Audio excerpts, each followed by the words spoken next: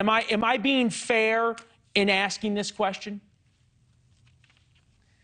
I mean, you're being fair, but nobody votes for vice president. Nobody cares who the vice president is. They vote for president. Trump can pick a turn-up as a vice president, and people who are going to vote for Trump are going to still vote for Trump.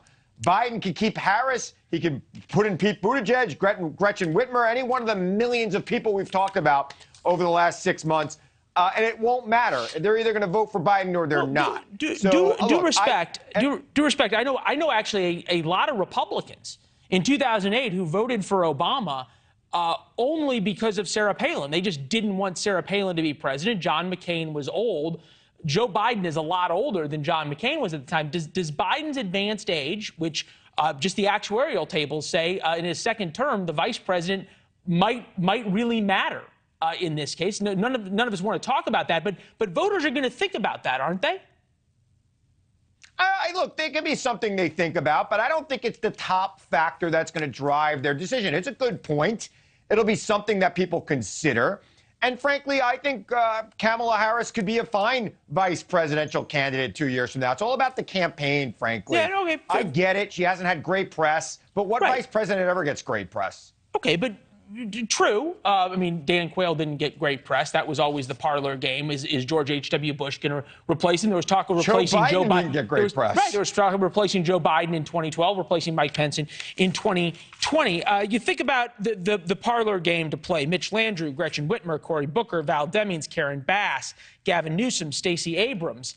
Are any of those people who would probably do a little bit better, just that they don't have the negative ratings that Kamala Harris does? You know, for about a week, they will do better than Kamala Harris. And then the right will attack her, the media will attack them. It'll all come back to where it is. And ultimately, you have to be comfortable with the person you're voting for president, and the person below them can actually do the job, whether you like them or not, right? And I think Kamala Harris is perfectly capable of doing the job after being vice president for 4 years. You know I love you, but really, okay, nobody thought Kamala Harris could do the job. That's why she didn't even make it to the primaries when she ran for president herself. She was picked, and Biden said this at the time, because she was a black woman, not because of her qualifications. In 2 years, she will have 4 years as vice president of the United States. I don't know what qualifies you more to be president of the United States than being vice president for 4 years. So I think it's probably she's going to have the qualifications needed. Yeah, but if you haven't done it, that, and they will have to build a campaign around that to the extent it's necessary to get people to vote for her. Yeah, but if you have, okay, hold on. But if you haven't done a good job as vice president, okay, in any fair reading of this would say the American people do not think she's done a good job as vice president. How does that be seen as a qualification? I don't know what a good job as vice president is. Wasn't it referred to as something not worth a bucket of spit by Lyndon Johnson, who then accepted the vice presidency? So I don't know, and I might be quoting the wrong president. You'll fact check me on it. But it is a job that is something bucket of people spit don't kind of sounds like Lyndon Johnson. I mean, it just doesn't it? Yeah, it does sound like him. Right. So, I mean, I don't know. I don't know what a good job as vice president is. Should she polish the scissors before she cuts the ribbon? I don't know. Yeah. This is all sort of compressing right now in terms of whether Joe Biden makes this decision. But interestingly enough, the party itself is bucking him. He's tried very hard to remake the Democratic primary system, putting South Carolina first, kicking out Iowa, kicking out New Hampshire. On and on and on and on. People are not very happy about that, especially in Iowa and New Hampshire, and the heavy-handed tactics of President Biden.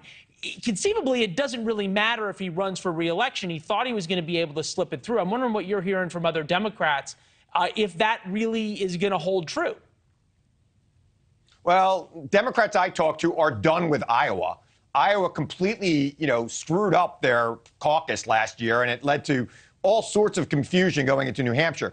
People tend to like the New Hampshire primary because it's a real tight state where you can do some real retail politics, and the media markets are somewhat big and important. So it's a place where, and it's also a swing state. So New Hampshire might hold on, But I think that there is a drive among Democrats to have a more diverse state in the top 1 or 2 primaries.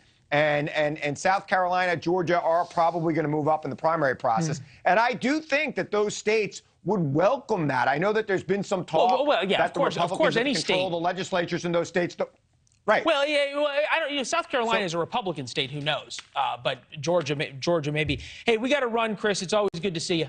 Thanks for watching. Go to newsnationnow.com to find NewsNation on your television provider. And don't forget to subscribe. Click the red button to get more of NewsNation's fact-driven, unbiased coverage.